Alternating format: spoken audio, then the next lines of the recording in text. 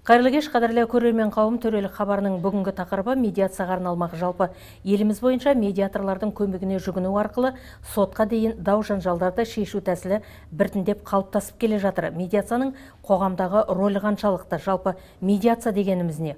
Осы саладағы жұмыс Ақмола өңірінде дами алып отыр ма? Осы және өзге де сауалдарға жауап алу үшін біз бүгін студиямызға Ақмола облыстық мамандандырылған ауданаралық әкімшілік сотының судьясы Гаухар Әлиханқызы Нұрманованы шақырып отырмыз.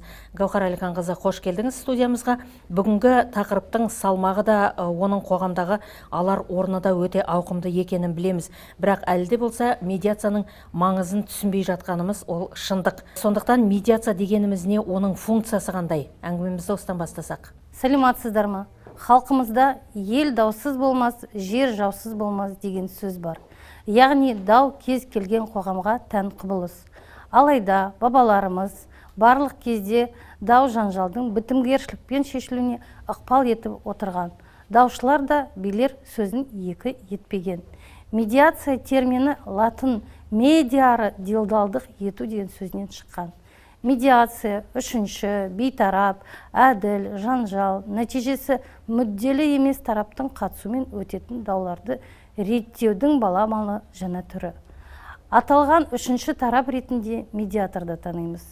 Ол даудың немесе сотта қаралатын істің қатысушылардың белгілі бір келісімге келуіне көмектеседі. Сонымен бір мезгілде тараптар дауды реттеу мен оның шешудің шарттарын жөнінде шешім қабылдау үдерісін толығымен бақылап отырады. Медиация азаматтық, еңбекке қатысты, отбасылық және басқадай құқықтық қатынастарға байланысты, сондай-ақ ауырлығы шағын және орташа қылмыстық істер жөніндегі туындаған дауларда қолдана алады. Азаматтар сондай-ақ заңды тұлғалар медиацияға белсенді түрде жүгінген жағдайда сот жүйелеріне түсетін ауыртпалықты айтарлықтай жеңілдетіп, соның арқасында анағұрлым ірі істердің шешілу сапасын арттыруға болады. Халықаралық статистикаға сәйкес барлық даулардың 30-40% медиация рәсімімен өтеді. Олардың 85% оның нәтижелерге қол жеткізеді.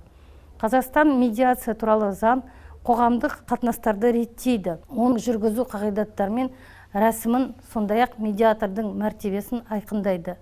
2011 жылдың 28 қаңтарында Қазақстан Республикасының медиация туралы заңына қол қойылған. 2011 жылдың 1 шілдесінен бастап бұл заң қолданысқа енгізілген.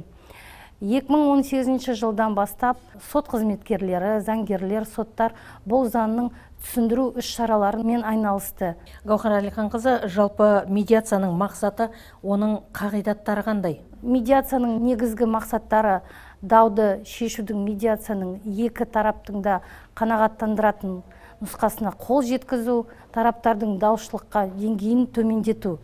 Медиация еріктілік, медиация тараптардың тең құқылы, тәуелсіздігі мен бейтараптылығы, медиация рәсіміне араласуға жол бермеушілік, құпиялық қағидаттар негізінде жүргізіледі. Гаухар Әлиханқызы, жалпы жаңа айтып кеттіңіз, үшінші тарап ол медиатор дедіңіз, е? Медиаторлар кімдер? Оларды кім таңдайды? Олар белгілі бір даярлықтан өтулер керек пе, заңды тіркеуден өте ме? Әділ шешу шығару үшін, медиация тәртібін аяқтау үшін, екі жақты татуластыру үшін медиатор болу керек. Медиатордың қызметі кәсіби негізінде кәсіпқой медиатор және кәсіби емес қоғамдық медиатор жүзеге асырылуы мүмкін. Кәсіби медиаторға қоятын талаптар: жоғары білімі, 25 жасқа толған, Қазақстан Республикасының үкіметі айқындайтын тәртіппен бекітілетін медиатордың даярлау бағдарламасы бойынша оқытудан өткенін растайтын құжаты, сертификат дейміз, бар, және кәсіпқой медиаторлар тізіліміне тұрған адамдар. Отставкадағы судьялар медиатор қызметін кәсіби негізінде жүзеге асыра алады. Қазақстан Республикасының азаматтық процестік кодексіне және Қазақстан Республикасының әкімшілік рәсімдік процестік кодексіне сәйкес сотта татуластыру рәсімдерін жүргізу кезінде судьялар медиатор қызметін кәсіби емес негізінде жүзеге асыра алады. Медиатордың қызметі кәсіпкерлік қызмет болып табылмайды. Ақмола облысы бойынша 19 медиатор тіркелген. Гаухар Әлиханқызы, жаңа сіз айтып отырсыз, мынау кәсіби ол 25 жастан асқан болуы керек дедіңіз. Ал кәсіби емес деген медиаторлар да бар ғой. Оларға қойылатын талаптар қандай? Кәсіби емес медиаторларға қойылатын талаптар: жоғары білімі, 40 жасқа толған, олардың да тіркеу тізілімі бар. Кәсіби емес медиатор міндетті түрде заңгер болуы шектеу жоқ. Егер мұғалімдер, жоғары білімі бар, инженерлер, басқалар медиатор болуы мүмкіндіктері бар болса, онда олар медиатор болуы мүмкін. Қазақстан Республикасының бұрынғы азаматтық процессуалдық кодексі бойынша мемлекеттік мекемелер медиация тәртібімен істі аяқтауға құқылы емес болатын.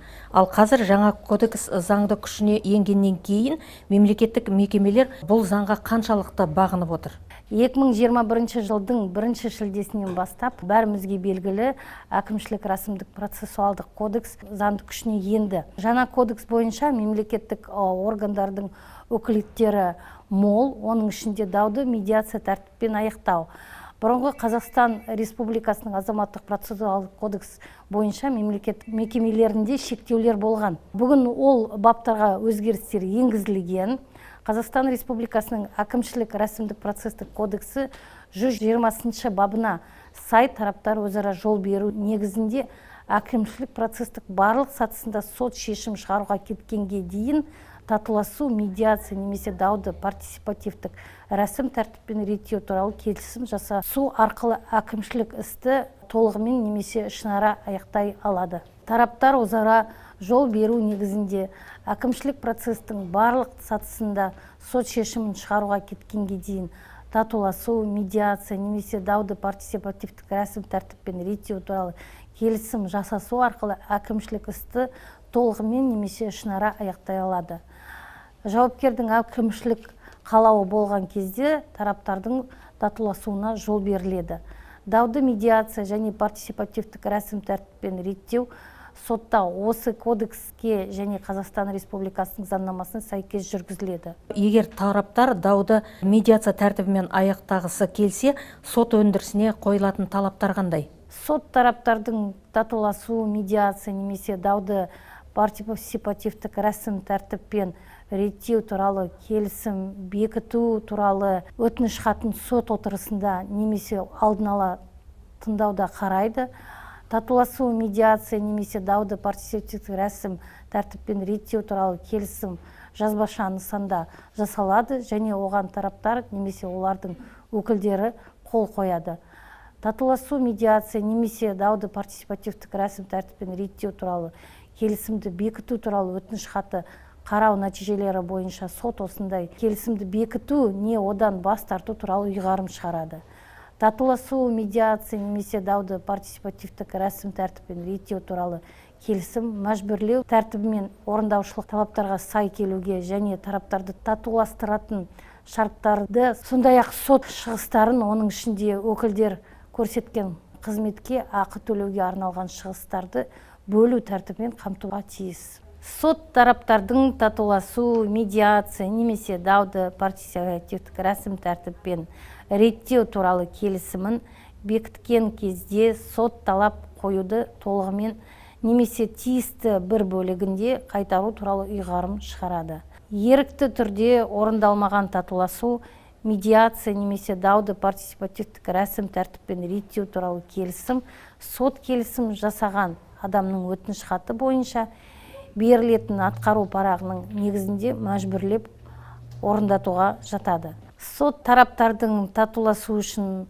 шараларды қабылдайды, оларға дауды процестің бүкіл сатысында реттеуге жәрдемдеседі. Сот татуласу, медиация немесе дауды партисипативтік рәсім тәртіппен реттеу туралы келісімді егер оның шарттары заңға қайшы келетін болса, немесе басқа да адамдардың құқықтарын, бостандықтары мен заңды мүдделерін бұзатын болса бекітпейді. Себебі медиация келісімі басқа адамдардың құқығын бұзуға құқылы емес. Егер тараптар татуласу, медиация немесе дауды партисипативтік рәсім тәртіппен реттеу туралы келісімге қол жеткізбесе, немесе сот келісімнің шарттары бекітпесе, әкімшілік істі талқылау жалпы тәртіппен жүргізіледі. Сотта медиацияны жүргізудің тәртібі қандай? Бірінші сатыдағы медиация жүргізу үшін әкімшілік іс медиация туралы келісімді бекітетін басқа судьяға беріледі. Тараптардың өтініші бойынша медиацияны әкімшілік іс өзінің іс жүргізу судья жүргізуі мүмкін.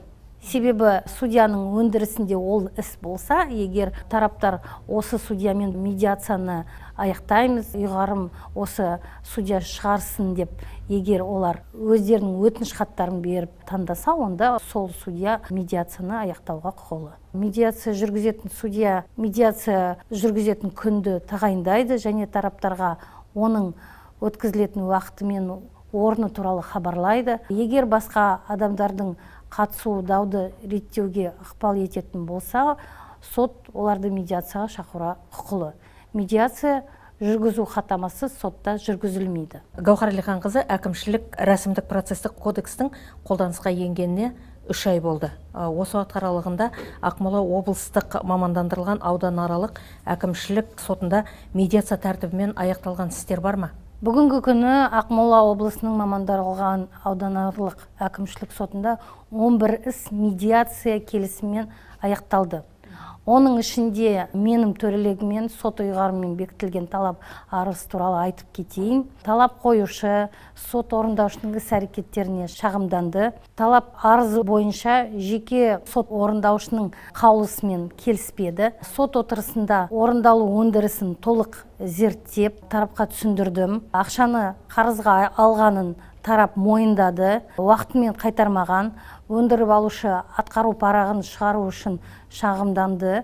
Сот өндірісіндегі талап арызы бойынша тараптар татуласу рәсімін аяқтауға келісті. Яғни бүгінгі таңда татуласу бітімгершілік дауды шешудегі ең тиімді әдіс екен өмірдің өзі дәлелдеп отыр. Дана қазақ халқы бірлігі жоқ ел тозады, бірлігі күшті ел озады деп бекер айтпаған. Гаухар Әлиханқызы, жалпы қазақ қоғамында медиация тәртібімен дауларды шешу ежелден бар екені белгілі. Мысалы, біз тарихтан білеміз, ел мен жер дау мәселесін шешуде әсіресе біздің үлкендеріміз, алқабилері ұдайы реттеп отырған. Сондықтан бұл әсіресе біздің халық үшін медиацияның атқаратын рөлі де алатын орны да ерекше екенін білеміз. Бүгін осы медиацияның тәртібі, өздеріңіздің атқарып жатқан жұмыстарыңыздың ішіндегі медиацияның алатын орны туралы сұхбатыңызға алғысымызды білдіреміз. Әрдайым еңбектеріңіз жана берсін.